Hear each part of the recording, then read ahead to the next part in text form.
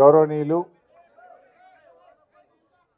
అధ్యక్షత వహిస్తున్న తమ్ముడు ఆదర్శ్ రెడ్డి గారికి, సహచరులు గౌరవనీయులు మిత్రులు కొత్త ప్రభాకర్ రెడ్డి గారు, గౌరవనీయులు మన మాజీ కౌన్సిల్ చైర్మన్ పెద్దలు భూపాల్ రెడ్డి గారు, మాజీ శాసనసభ్యులు గౌరవనీయులు పెద్దలు సత్యన్న గారు, గౌరవనీయులు మన మాజీ శాసన సభాపతి శాసన మండలి సభ్యులు పెద్దలు మధుసూదనాచారి గారికి, అదేవిధంగా మన గౌరవ కార్పొరేటర్లు కుమార్ గారు, సింధు గారు, అదేవిధంగా సోమరెడ్డి గారు, బాలరెడ్డి గారు, మా శంకర్ యాదవ్ అన్న గారు, అంజన్న యాదవ్ గారు, మా సీనియర్ నాయకుడు ఉద్యమకారుడు వెంకటేష్ గారు, అదేవిధంగా రాముల్ గౌడ్ గారు, గోవర్ధన్ రెడ్డి గారు, బుచ్చిరెడ్డి గారు, రాజేష్ గారు, దేవేందర్ రెడ్డి గారు, పృథ్వీ, దేవేందర్ గౌడ్ గారు, చారి గారు, పేర్లు మర్చిపోతే తప్పు పట్టుకోద్దిగా, అందరు చాలామంది సీనియర్లే ఉన్నారు ఇక్కడ. గౌరవ సర్పంచులు, ఎంపీటీసీలు, మండల పార్టీ అధ్యక్షులు, గ్రామశాఖ అధ్యక్షులు, మా మహిళా నాయకురాళ్ళు, అదేవిధంగా విద్యార్థి నాయకులు, పార్టీ ఉద్యమకారులు, సీనియర్ నాయకులు, రాజేశ్వరన్న గారు, పెద్దలు, మాజీ సర్పంచ్ గారు, గౌరవ జర్నలిస్టులు అందరికీ నా హృదయపూర్వక నమస్కారాలు. నేను యాక్చువల్గా ఈరోజు కొద్దిమంది ముఖ్యులను కలిసి వెళ్దామని అనుకున్నా. ఇక్కడ తమ్ముడు ఆదర్శకి ఫోన్ చేసి ఓ 10-20 మంది ముఖ్యులను పిలుగుతామి, ఒకసారి కలిసి మాట్లాడతా, ధైర్యం చెప్పొతా అని చెప్పిన నేను. కానీ ఇక్కడ చూస్తూ ఉంటే చాలా ఉత్సాహంగా ఇంత పెద్ద ఎత్తున కార్యకర్తలు వచ్చిందంటే మేమంతా కేసీఆర్ వెంట ఉంటాం, పార్టీ వెంట ఉంటామని చెప్పి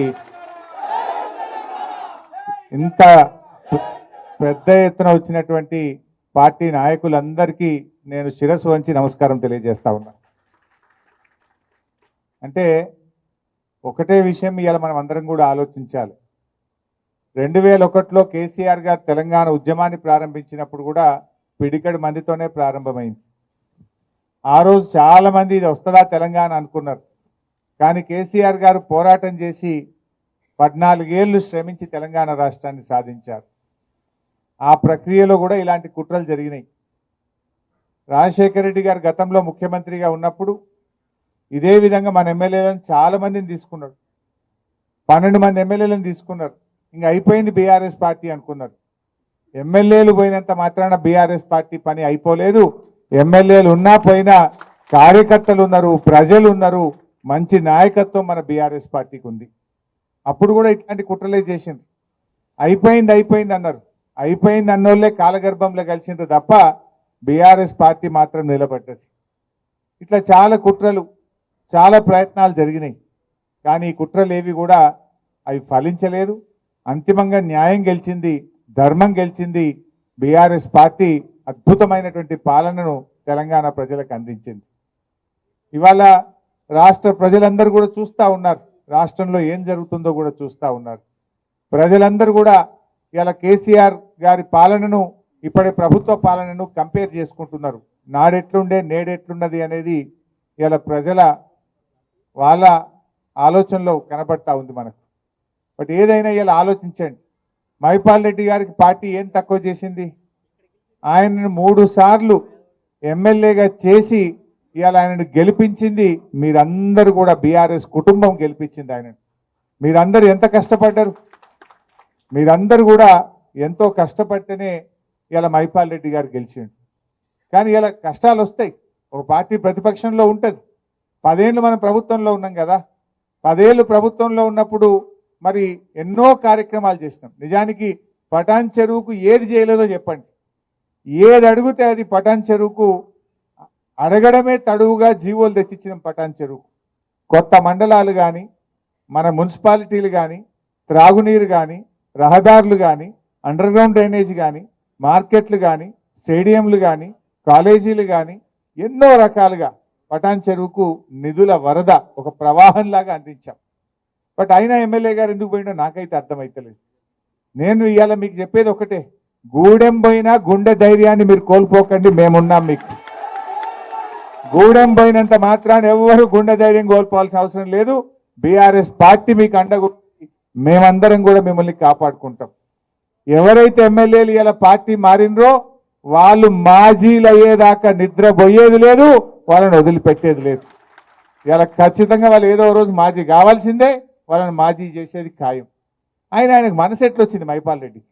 అరే నేను 3 సార్లు ఎమ్మెల్యేగా టికెట్ ఇచ్చి నిన్ను గెలిపించి ఇంత గౌరవిస్తే పార్టీ మారడానికి మైపాల్ రెడ్డికి మనసు ఎట్లొచ్చిందని నేను అడుగుతా ఉన్నా. ఇది న్యాయమా అని నేను అడుగుతా ఉన్నా. ఇది నీకు తగునా అని నేను అడుగుతా ఉన్నా. ఒక తల్లిలాగా పార్టీ నిన్ను దగ్గర తీసుకున్నది. ఆనాడు వైసీపీలో నీకు అవకాశం రాక ఇబ్బంది పడితే గుండెకు హత్తుకొని నిన్ను టికెట్ ఇచ్చి గల్లి గల్లి తిరిగి ఇవాళ గెలిపించుకొని కాపాడుకున్నది బీఆర్ఎస్ పార్టీ. నీకు ఎట్లా మనసు వచ్చిందని నేను అడుగుతా ఉన్నా. అయినా వ్యక్తులు కాదు ముఖ్యం, పార్టీకి సిద్ధాంతం ముఖ్యం, కార్యకర్తలు ముఖ్యం, మీలాంటి నాయకులు ముఖ్యం. మీకు ఏ ఆపద వచ్చినా, అర్ధరాత్రి ఆపద వచ్చినా నేను మీకు అండగా ఉంటా, ప్రభాకర్ అన్న మీకు అండగా ఉంటాడు. మనకు సీనియర్ నాయకులు మన గౌరవనీయులు భూపాలన్న కానీ, గౌరవనీయులు సత్యన్న కానీ, చాలా శంకరన్న కానీ ఎంతో అనుభవం ఉన్న నాయకులు మనకు ఉన్నారు. వీళ్ళందరూ కూడా మీకు నిలబడతారు. నేను కూడా ఎంత దూరం, నాకు సిద్దిపేట దూరం, పటాన్ చెరువు దగ్గర, నాకు పిలిస్తే అర్ధ గంటలు రాగలితే ఇక్కడికి, చాలా దగ్గరగా ఉంటాం. సో అందువల్ల పార్టీని పూర్తి స్థాయిలో రీబిల్డ్ చేసుకుందాం. మళ్ళీ మంచిగా కష్టపడే కార్యకర్తలకు మంచి నాయకత్వాన్ని మీ పటాన్ చెరువు నియోజకవర్గానికి అందిస్తాం. రాత్రింబవళ్ళు కష్టపడి తిరిగి పటాన్ చెరువు మీద మళ్ళీ మన ఎమ్మెల్యే గులాబీ జెండా ఎమ్మెల్యేను గెలిచేదాకా కూడా అందరం కలిసి పనిచేద్దాం. ఇవాళ మీరు ఒకటే ఆలోచించండి. రేవంత్ రెడ్డి గారు ఆనాడు ఏమన్నాడు? ఎమ్మెల్యేలు పార్టీలు మారితే రాళ్లతో కొట్టండి అన్నాడు. ఇవాళ ఆయన్ని పోయి కండువాలు కప్పుతుండు ఇళ్ళకి పోయి. నువ్వేం మాట్లాడినా, నువ్వేం చేస్తున్నావు ఇవాళ ప్రజలు గమనిస్తూ ఉన్నారు. ఇవాళ రుణమాఫీ విషయంలో కూడా ఏం చేసిండ్రు? కోతలు పెట్టే కార్యక్రమం చేసిండ్రు. నిన్న జీవోలనేమో రేషన్ కార్డు ఆధారంగానే రుణమాఫీ చేస్తాము అని జీవోలో ఇచ్చింది. అంటే రేషన్ కార్డు ఆధారంగా కుటుంబాన్ని గుర్తిస్తాం, కుటుంబానికి ఒక రుణమాఫీ చేస్తాము అని చెప్పి జీవోలో ఇచ్చింది. ప్రజల్లో వ్యతిరేకత వస్తే మాటల్లో ఏం చెప్తున్నారు? లేదు లేదు రేషన్ కార్డు అవసరం లేదు, పాస్బుక్ ఆధారంగా చూస్తామని మాటలు చెప్తున్నారు. మాటలు నడవయి కదా, నీ జీవో మార్చు.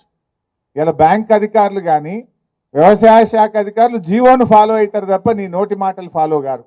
జీవోలనేమో రేషన్ కార్డు ఆధారంగా అన్నావు, నోటి మాటలేమో లేలే పాస్బుక్ ఆధారంగా అంటున్నావు.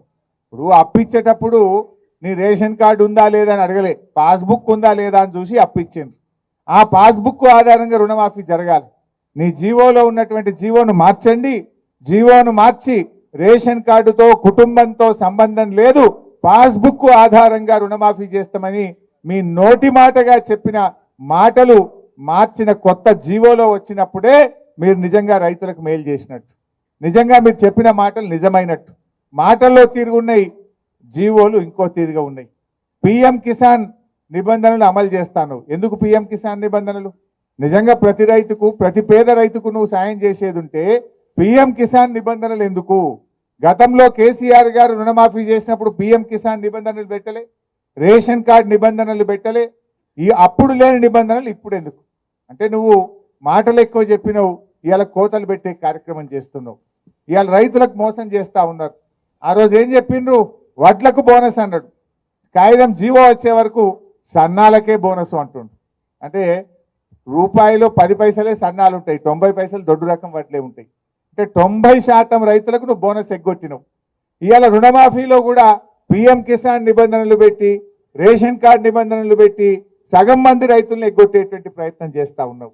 ఇవాళ ప్రజలకు కూడా అర్థమవుతుంది, వీళ్ళు అన్ని అబద్ధాలు చెప్పిండ్రు, మాయ మాటలు చెప్పిండ్రు, మోసపూరిత మాటలు చెప్పిండ్రు అనే విషయాన్ని ప్రజలు కూడా గమనిస్తూ ఉన్నారు.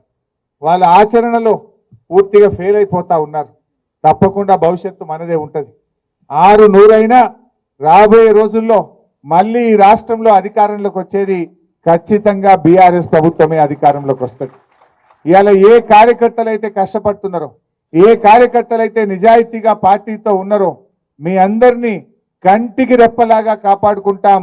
మీ అందరికీ మంచి గౌరవం దొరికే విధంగా నేను బాధ్యత తీసుకుంటా ఈ పటాన్ చెరువు నియోజకవర్గంలో మనవి చేస్తా ఉన్నా. మీరు ధైర్యంగా ఉండండి. రేపు స్థానిక సంస్థల ఎన్నికలు వచ్చినా, రేపు కౌన్సిలర్లు కానీ, సర్పంచులు కానీ, ఎంపీటీసీలు కానీ, కార్పొరేటర్లు కానీ ఏ ఎన్నిక వచ్చినా మా కార్యకర్తలకు అండగా ఉండి గెలిపించుకునే బాధ్యత నాది అని చెప్పి కూడా నేను కార్యకర్తలకు మనవి చేస్తా ఉన్నా. సో బీ స్ట్రాంగ్, ఖచ్చితంగా మీరు పార్టీతో ఉండండి. ఇవాళ మన చరిత్ర కూడా చూస్తే కాంగ్రెస్ పార్టీ ఎక్కడ కూడా 5 ఏళ్ల తర్వాత తిరిగి అధికారంలోకి రాలే. అది రాజస్థాన్ అయినా, ఛత్తీస్గఢ్ అయినా, మధ్యప్రదేశ్ అయినా, ఏ రాష్ట్రంలో అయినా వన్ టైమే మలతాపకు పోతుంది. అది రెండోసారి అధికారంలోకి రాలే ఈ దేశంలో, ఒక్కసారే వస్తుంది కాంగ్రెస్ పార్టీ.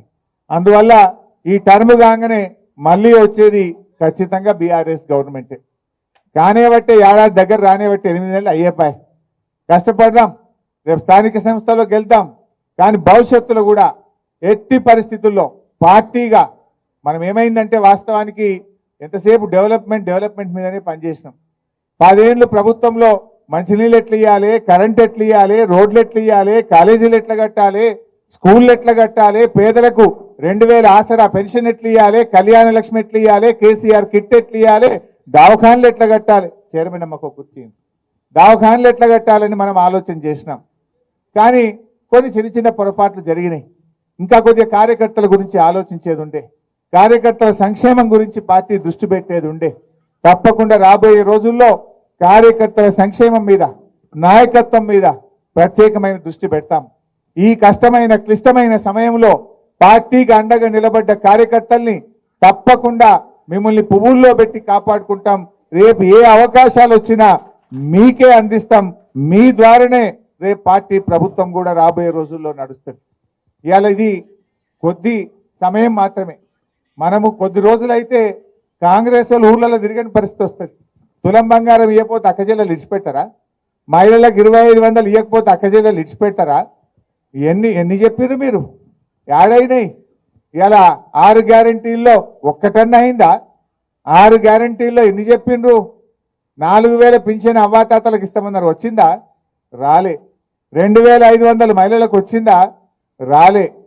అదేవిధంగా రైతు భరోసా 7500 ఇస్తామన్నారు, వచ్చిందా? రాలే. పేదలకు 5 లక్షలు ఇచ్చి ఇండ్లు ఇస్తాం ప్రతి ఒక్కరికన్నారు, వచ్చిందా? ఒక్కరికన్నా ఇండ్లు రాలే. విద్యార్థులకు 5 లక్షల భరోసా కార్డు అన్నారు, వచ్చిందా? ఆడపిల్లలకు స్కూటీలు అన్నారు, వచ్చిందా? తులం బంగారం వచ్చిందా? ఏది రాలే. రేపు ఎన్ని రోజులు నడుపుతారు? మా అంటే 6 నెలలు, ఏడాది గడుపుతారు. ఏడాది తర్వాత జనం విడిచిపెడతారా? ఏ ముఖం పెట్టుకుని ప్రజలకు వస్తారు? మీరు ఇచ్చిన హామీ ఒక్కటన్నా సరిగ్గా అమలు చేసిండ్రా? ఏ ఒక్కటి జరిగింది? బస్సు తప్ప అంత తుస్సే. ఆ బస్సులు అన్ని లొలులే. అది తప్ప మీరు చేసింది ఏంటని నేను అడుగుతా ఉన్నా. ఇలా ప్రజలు గమనిస్తూ ఉన్నారు. ఆ కళ్యాణ లక్ష్మి చెక్కులు కూడా 7 నెలలు రాక, గ్రామ పంచాయతీలో పనిచేసే పారిశుద్ధ్య కార్మికులకు 8 నెలలు జీతాలు రాక పరిశాన్ అవుతున్నారు వాళ్ళంతా. 7 నెలల నుంచి కళ్యాణ లక్ష్మి చెక్కులు, ఈ గవర్నమెంట్ వచ్చినప్పటి నుంచి చెక్కులు రాని పరిస్థితి, ఇలా ఆగిపోయినటువంటి పరిస్థితి కనబడుతుంది. స్కూళ్ళల్లో మధ్యాహ్న భోజన కార్మికులకు 8 నెలలకెళ్ళి బిల్లులు రానటువంటి పరిస్థితి ఉంది. పరిపాలన అంతా స్తంభించిపోయింది, అస్తవ్యస్తంగా ఉన్నటువంటి పరిస్థితి ఉంది. ప్రజలు ఒక్కొక్కటిగా గమనిస్తూ ఉన్నారు. ఏడాది 2 ఏళ్ల వరకు పాలేందో నీళ్ళేందో తేలుతుంది. సో అప్పుడు డెఫినెట్గా ప్రజలు మళ్ళీ చూసేది అవి స్థానిక సంస్థల ఎన్నికలైనా, భవిష్యత్తులో అసెంబ్లీ ఎన్నికలైనా తప్పక మళ్ళీ టీఆర్ఎస్ పార్టీకి ప్రజలు బ్రహ్మరథం కడతారు. ఈ 6-7 నెలలు ఏడాది మనం కొంచెం గట్టిగా పనిచేసుకుంటే తప్పకుండా రాబోయే రోజుల్లో భవిష్యత్తు మనకే ఉంటుంది. అందువల్ల ఈ పటాన్ చెరువు నాయకులకు, కార్యకర్తలకు నేను మీకు ఇచ్చే ధైర్యం ఒక్కటే, ఎమ్మెల్యే గారు పోయినంత మాత్రాన పార్టీ బోదు, భవిష్యత్తు మీదే. మళ్ళీ పటాన్ చెరువు మీద ఎగిరే జెండా గులాబీ జెండనే.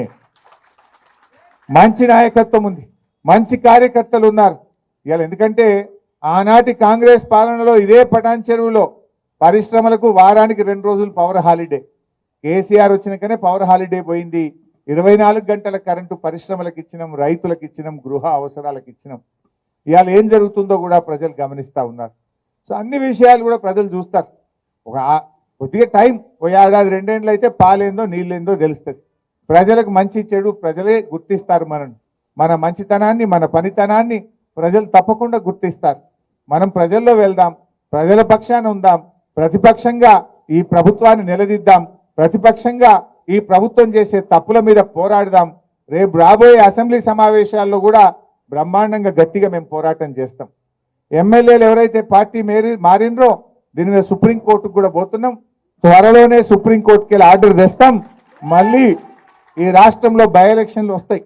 తప్పకుండా పార్టీ మారిన నియోజకవర్గాల్లో ఉప ఎన్నిక వస్తుంది. దానికి మనం అందరం కూడా తయారు కావాల్సిందే. ఒక నెల అటో ఇటో ఉప ఎన్నిక తప్పదు. పార్టీ మారిన చోట సుప్రీంకోర్టులో రాజ్యాంగ ధర్మాసనం యొక్క తీర్పు ఉన్నది. 3 నెలల్లోగా స్పీకర్ నిర్ణయం తీసుకోవాలని. ఇప్పటికే మనం హైకోర్టులో కేసు వేసినాం. త్వరలోనే సుప్రీంకోర్టుకు పోతా ఉన్నాం. సుప్రీంకోర్టు నుంచి ఆర్డర్ తెస్తాం. వీళ్ళందరినీ డిస్క్వాలిఫై చేపించి ఈ రాష్ట్రంలో పార్టీ మారిన నియోజకవర్గాల్లో ఉప ఎన్నికలు తథ్యం. దానికి కూడా మనం ప్రిపేర్ కావాల్సిందే ఇప్పటి నుంచి అని చెప్పి కూడా మనం చేస్తా ఉన్నాం. అందువల్ల మంచిగా గట్టిగా ధైర్యంగా ఉండండి. ఎలాంటి అనుమానాలు అక్కర్లేదు. పార్టీ మీకు అండగా ఉంటుంది, భవిష్యత్తు ఉంటుంది. మీరు గౌరవ కార్పొరేటర్లు, మున్సిపల్ చైర్మన్లు, పార్టీ చాలా మంది ఉద్యమకారులు, సీనియర్ నాయకులు, కోఆపరేటివ్ చైర్మన్లు, సర్పంచులు, ఎంపీటీసీలు ఎంతో మంది నాకు కనబడతా ఉన్నారు. త్వరలో నేను మళ్ళీ టైం ఇస్తా. యాక్చువల్గా నేను ఇది నిన్న సాయంత్రం చెప్పి ఇవాళ వచ్చిన, నేను టైం ఇవ్వలే. నేను ఆదర్శ వచ్చి ఇంటికి వచ్చిపోతా, ఛాయ్ తాగుతా, ఓ 10-20 మంది ముఖ్యులం పిలువు తమ్మి అన్న. కానీ చూస్తే మీరు దాదాపు 1000 మంది వచ్చేసింది. మరి ఇంకా మిగతా మాకు చెప్పలేదని గిట్ట నారాజుగా ఇక్కిరి. దయచేసి ఇది అనుకోకుండా జరిగిన సమావేశం. మళ్ళీ మనం ఒక వారం 10 రోజుల్లో మంచి ఒక హాల్ తీసుకొని విస్తృత స్థాయి కార్యకర్తల సమావేశం స్వచ్ఛందంగా వచ్చింది. ఇదంతా స్వచ్ఛందంగా మీకు మీరుగానే నేను వస్తున్నాను తెలిసి వచ్చిందట. మనం మళ్ళీ తొందరలోనే ఒక కార్యకర్తల మీటింగ్ పెట్టుకొని అందరికి కూడా ఇన్ఫార్మ్ చేద్దాం. దయచేసి రానోళ్ళు ఎవరు కూడా మాకు చెప్పలేదని అనుకోవద్దు మమ్మల్ని. ఇది అనుకోకుండా మండల్ వైజ్ కలవాలి వచ్చిన వాళ్ళు నన్ను మా తమ్ముడు అంటుండు. కలుద్దాం, మీటింగ్ కూడా పెడదాం. అయితే నేనేమంటున్నా అంటే ఏదైనా మిస్కమ్యూనికేషన్ అయ్యో అన్న వచ్చిండు మాకు చెప్పలేదని గిట్ట అనుకున్నారు. నేను ఒట్టి ఛాయ్ తాగనీకి వచ్చిన. వాస్తవానికి ఇక్కడ కలిసిపోదాం 5-10 మంది ముఖ్యులతో ధైర్యం చెప్పిపోదామని వచ్చినా చూస్తేనేమో మీరే నాకు ధైర్యం చెప్తున్నారు. ఇక్కడ మీరే అంతమంది కనబడుతున్నారు నాకు చూస్తుంటే. సో డోంట్ వరీ, మళ్ళీ తొందరలోనే మంచి మీటింగ్ కూడా పెట్టుకొని మనం అందరి కార్యకర్తలను కూడా కలుద్దాం, ముందుకు పోదాం. జై తెలంగాణ.